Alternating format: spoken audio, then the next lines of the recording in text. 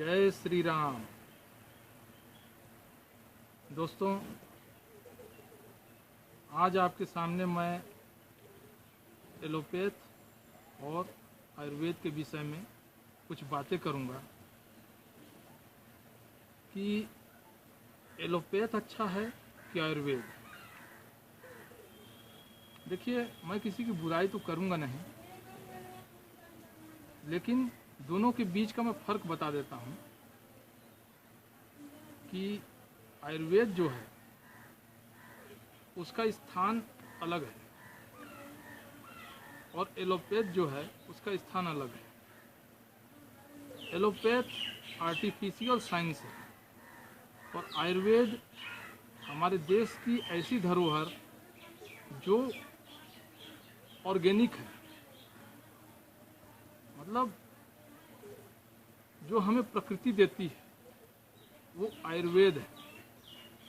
प्रकृति द्वारा दिया गया रसायन आयुर्वेद है और जो मानव द्वारा निर्मित किया गया रसायन है वो एलोपैथ है। तो आज इसी मुद्दे पे मैं बात करूंगा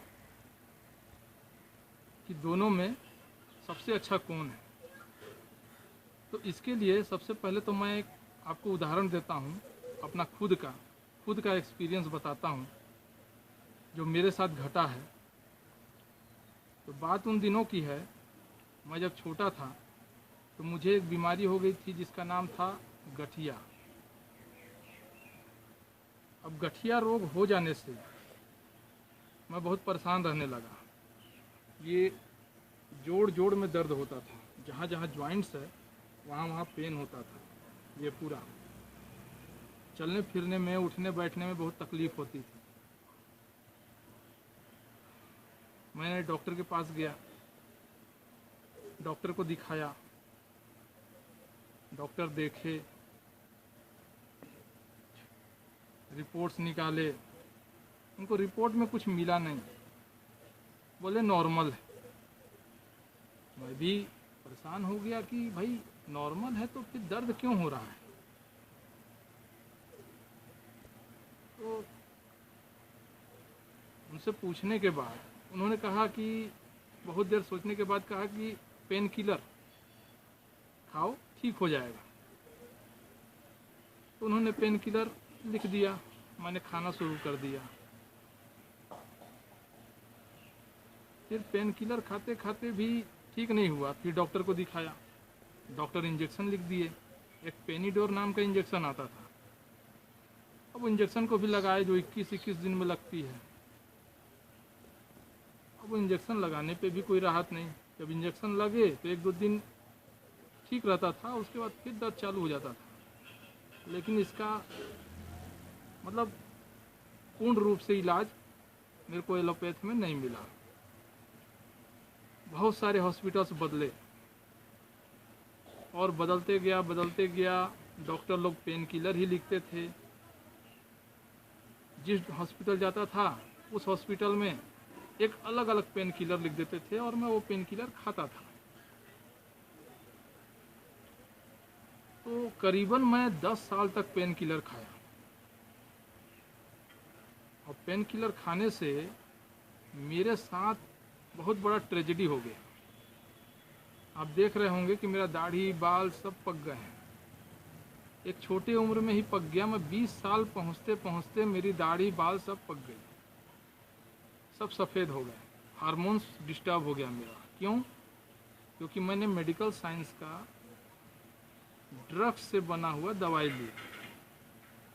अब आप तो जानते हैं मेडिकल साइंस जो है ड्रग्स का ही व्यवसाय करता है, केमिकल से ही बनाता है। उसके पास कोई ऑर्गेनिक चीज़ तो है नहीं जो बॉडी को सही कर दे। अब डॉक्टर के पास तो इलाज मिला नहीं। तो ऐसे ही किसी ने मुझे बताया कि आपने बहुत डॉक्टरों को दिखाया है, तो एक बार कुछ जड़ी बूटी भी करके देख लीजिए। मैं भी सोचा कि चलो भाई जड़ी बूटी करके देख लेते हैं। इतना डॉक्टरों को दिखाया हूँ, जड़ी बूटी भी कर लेते हैं। तो उसी में जब मेरे को बताया गया तो उनसे पूछा कि बताइए कौन सी जड़ी बूटी है। तो उन्होंने बताया कि एक रोहिना छाल आता है, उस छाल का आप सेवन कीजिए, आप ठीक हो जाएंगे। पहले तो मैं विश्वास नहीं किया, क्योंकि मैं इतना टूट चुका था यहाँ वहाँ दौड़ दौड़ के कि मेरे को विश्वास ही नहीं हो रहा था। लेकिन दर्द था शरीर में, क्या करें, दर्द को ठीक तो करना है। मैं बहुत परेशान था। मैं चला गया जंगल। जंगल में मैं रोहिना छाल का पेड़ ढूंढा और उसका मैं छाल लेके आया। और उस छाल को मैं 4 साल तक पिया पूरे विश्वास। और उसको पीने के बाद 2010-11 की बात है, मैं पूरी तरह से ठीक हो गया। मतलब आज तक 10 साल होने जा रहा है, 2011 से लेकर 2021 चल रहा है। इस 10 साल में आज तक मेरे को वो दर्द नहीं हुआ। आज मैं पूरी तरह से ठीक हूँ। कितना ठंड पड़ता है, मेरे को गर्मी लगती है ठंड में भी। मैं इसी तरह से टी शर्ट में रहता हूँ, ठंडी में भी इतनी गर्मी लगती है।